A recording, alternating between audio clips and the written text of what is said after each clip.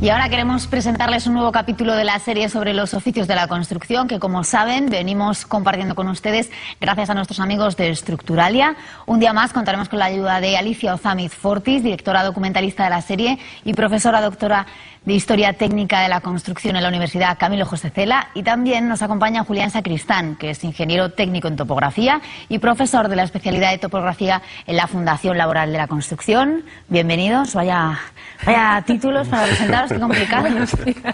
Bueno, Julián, ya hemos desvelado qué oficio es el que vamos a abordar hoy, pero ¿cuál es el trabajo que desempeña hoy en día un topógrafo? Bueno, pues los topógrafos hoy en día actuamos en diferentes campos, en minería, gestión del territorio, catastro, y por supuesto no se puede concebir una obra sin un topógrafo hoy en día. Entonces, por simplificar, las dos grandes actividades que desarrollan los topógrafos es lo que llamamos el levantamiento topográfico, que consiste en tomar datos existentes en el terreno y confeccionar un plano. Y por otro lado, tendríamos lo que llamamos el replanteo, que es justo lo contrario, es decir, tener un proyecto y materializarlo por medio de puntos sobre el terreno. Una forma de resumir, ¿no? Que todos entendamos bien en qué consiste tu trabajo. Alicia, como siempre, miraremos a la historia y nos encontraremos pues con Grecia, con Egipto. Casi todos los oficios nos obligan a mirar en esa dirección, ¿no? Donde nos obligan a mirar, si queremos ver los orígenes de cualquier oficio, efectivamente, que es muy variado, tendríamos que ir a las primeras civilizaciones. En este caso, por ejemplo, en nuestro entorno inmediato del Mediterráneo, del mar Mediterráneo, pues no tenemos más remedio que ir a Oriente Próximo. Entonces ahí estaríamos en Mesopotamia y en Egipto, como focos fundamentales. Luego ya el prehelénico y posteriormente Grecia, etcétera. Y ya si nos vamos un poquito más allá, pues claro, también donde se dieron las grandes civilizaciones originarias que están vinculadas siempre a un gran río, ¿no? Por ejemplo, el Valle del Indo, que también tendremos ahí unas muestras interesantes, ya lo veremos más adelante con el instalador. O bien China, por supuesto, y también, que duda cabe, que tendríamos que irnos a Mesoamérica, en el continente americano. En ese sentido, ahí podrían estar los grandes focos de las primeras civilizaciones donde se están dando prácticamente todos. Otra cosa es que nos centremos puntualmente en alguna, ¿no? Vamos a ver en concreto dónde nos dirige hoy el topógrafo. Pero, Julián, ¿cómo se llama esta herramienta que es con la que trabajáis vosotros, sobre todo esta especie de trípode que seguro que todo el mundo ha visto alguna vez? En las carreteras, sobre todo, ¿no? Nos hemos fijado. ¿Y para qué sirve? Cuéntanos. Sí, pues este aparato hoy en día es lo que llamamos la estación total, que está basado pues en un instrumento antiguo que se llamaba teodolito, que tenía dos ejes, uno horizontal y otro vertical, y que se le ha incorporado un distanciómetro y un microprocesador, de tal forma que este aparato pues nos proporciona distancias, coordenadas, ángulos, y básicamente es lo que necesitamos con garantías y con precisión para poder desarrollar las actividades mencionadas anteriormente. Topografía es de topos y grafos, es de donde viene. Y cuando hablamos de descripción de un lugar, Alicia, lo que no tenemos es una referencia al tamaño, que yo no sé si importa o no es importante, ¿no? Cuando hablamos del trabajo de un topógrafo, no sé si hay una limitación espacial. Bueno, estamos hablando del conocimiento del entorno, ¿no? Un entorno inmediato, en ese sentido hablaríamos ya estrictamente de lo que es topografía, y si nos vamos a una escala mucho mayor, pues hablaríamos de lo que es el conocimiento de las dimensiones y también de la forma de la Tierra, como nuestro primer, pues por así decirlo, nuestro entorno inmediato, ¿no? De nuestro planeta Tierra. E incluso podríamos seguir más allá con el resto de los astros. Pero bueno, en ese sentido podríamos conseguir las dimensiones tanto de lo que es una escala muy lejana como de un entorno inmediato. Y la topografía se podría distinguir en que es el entorno más inmediato de todos, en el sentido de considerar la curvatura terrestre nula. Entonces ahí sería un poco la diferencia dentro de las aplicaciones más importantes, ¿no? ¿Estarías de acuerdo? La tierra plana, en topografía la tierra plana. Topografía plana. Y luego ya cuando empezamos a considerar la curvatura ya estamos en geodesia. Bueno, pues si os parece, vamos a poner imágenes a todo lo dicho hasta ahora. Vamos a dar paso a este nuevo capítulo de la serie, El noble oficio de la construcción, que trata sobre topografía.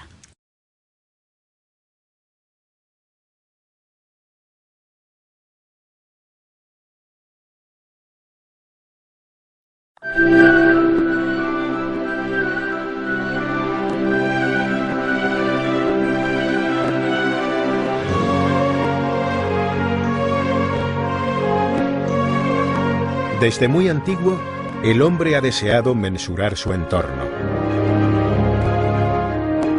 de este deseo nace la topografía. Podríamos situar la aparición de las primeras actividades eficaces relacionadas con la topografía en Egipto y en Grecia. Los egipcios utilizaron la agrimensura para asegurar la restitución de los linderos y dimensiones de las fincas de las orillas del Nilo, inundadas periódicamente por las crecidas del río. Se atribuye a los agrimensores egipcios los primeros instrumentos para la medición y comprobación de verticalidades y ángulos: la escuadra, la plomada y el compás. Los griegos fueron más ambiciosos. A través de su cosmografía tratarían de establecer la forma y dimensiones de la Tierra, tal y como lo haría Eratóstenes en el siglo III a.C. Eratóstenes, padre de la geodesia, aparte de demostrar la esfericidad de la Tierra, calculó su radio. Lo logró midiendo en el mismo día del año la diferencia de las sombras arrojadas por un par de estacas idénticas clavadas en Asuán y Alejandría. Con este dato y con la distancia entre ambos puntos, medida en pasos, logró realizar el cálculo con un error menor del 1%. A Eratóstenes también se le atribuye la invención de la esfera armilar, con la que determinó la inclinación de la Tierra con respecto a su rotación alrededor del Sol. Estrabón, en el siglo I a.C., realizó un mapa del mundo entonces conocido alrededor de Grecia, y Ptolomeo, en el siglo II después de Cristo, escribió un tratado utilizado ampliamente a lo largo de varios siglos para convertirse en disciplina a partir del siglo XV. Los romanos, mediante la invención de nuevos instrumentos, perfeccionaron la técnica topográfica hasta convertir a los topógrafos en auténticos maestros, imprescindibles para el trazado y construcción de sus colosales obras de ingeniería. La groma servía para comprobar las alineaciones y la corrección de las direcciones perpendiculares. La dioptra, basada en un nivel de agua fijo en un trípode, se solía utilizar para el replanteo de las alineaciones de las calzadas. El corobate se utilizaba para comprobar si la pendiente excavada era horizontal o mantenía la caída correcta. A pesar de la falta de exactitud de sus instrumentos y de que no dispusieron de mapas fiables a escala ni de brújulas, los romanos, a través de sus conocimientos trigonométricos, llegaron a proyectar complejos trazados para sus calzadas.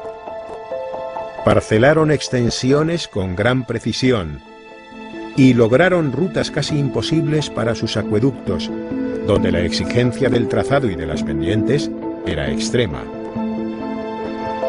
En el medievo, el báculo de Jacob fue muy popular para medir alturas o dimensiones de objetos.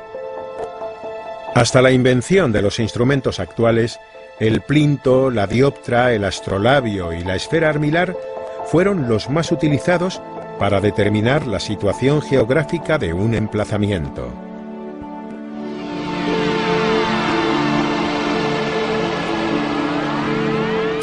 La topografía estudia el conjunto de principios y procedimientos, tanto naturales como artificiales, que tienen por objeto la representación gráfica de la superficie de la Tierra con sus formas y detalles. Dicha representación se realiza sobre superficies planas, limitándose a pequeñas extensiones de terreno. Hoy en día la topografía resulta imprescindible para la agronomía, arquitectura, geografía, minería y múltiples ingenierías, geográfica y ambiental, catastral y geodesia, forestal, agrícola y civil. El topógrafo actual es aquella persona que tiene los estudios y formación necesarios para realizar los trabajos correspondientes a las labores que requiere la topografía. Sus labores son absolutamente imprescindibles no solo en las fases de diseño y concepción de nuestras modernas obras de ingeniería, sino también en el control de la ejecución. El equipo característico del topógrafo es el teodolito. A través de él, el topógrafo determina los ángulos y las distancias que le permiten plasmar virtualmente la realidad. Al habitual teodolito mecánico óptico universal, actualmente se han incorporado el teodolito electrónico, la estación total, el nivel láser y la plomada óptica. También se puede combinar su uso con el sistema de control de la posición geográfica desde satélite o GPS y con el escáner láser 3D, equipo de novedosa implantación que permite mediante barridos láser la digitalización tridimensional de terrenos y objetos. Acabamos de ver el capítulo de la serie El noble oficio de la construcción dedicado al trabajo de los topógrafos y una semana más tenemos que agradecer a Alicia Ozamiz Fortis su trabajo como directora documentalista. Lo hemos entendido, ha quedado claro. Alicia, tú eres profesora de la Universidad Camilo José Cela. ¿En qué se encuentran tus alumnos más perdidos cuando abordas este tema de la topografía? ¿Qué te parece? Bueno, yo no lo abordo, pero sí que pregunto al profesor. Le pregunto a los profesores, mejor dicho. Y suelen coincidir en que lo que suele ser una situación, yo creo, general en cualquier asignatura, que es esa vinculación entre la teoría y la práctica. De manera que en el momento en que tienen que hacer esas labores que él ha dicho antes, tan fundamentales como tanto el levantamiento de toma de datos, como luego su replanteo o materialización de esos datos en la obra, ya para su propia construcción, pues claro, tiene que saberse leer y saber entender ese concepto con el manejo de los aparatos, que muchas veces pues son complicados, ¿no? Son unos aparatos que son de alta precisión y claro, conseguir esa lectura fiel para que luego no haya problemas, pues es fundamental.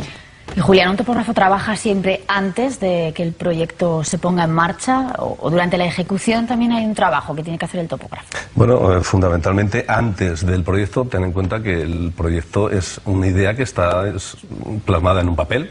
Entonces, si no tienes, digamos, una idea fiable de cómo es el terreno, es decir, hacer un levantamiento topográfico en donde se va a ubicar ese proyecto, pues evidentemente difícilmente podremos tener un encaje fiable del proyecto sobre el terreno.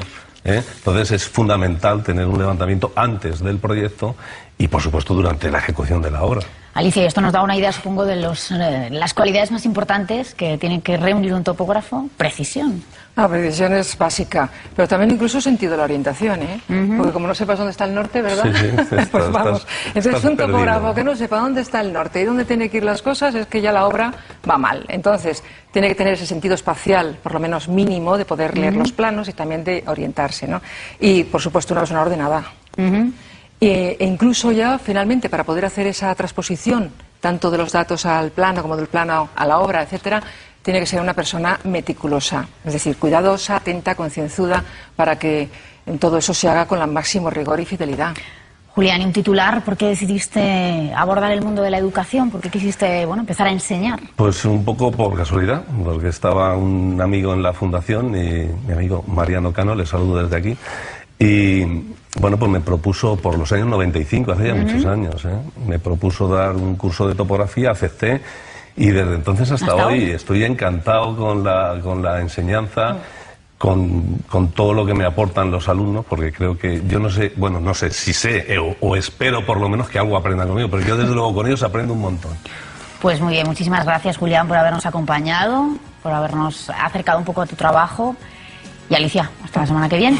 Gracias. Bueno, pues no tenemos tiempo para más, al menos hasta mañana, una cita que si nada lo impide dedicaremos a la ciencia. Hasta entonces.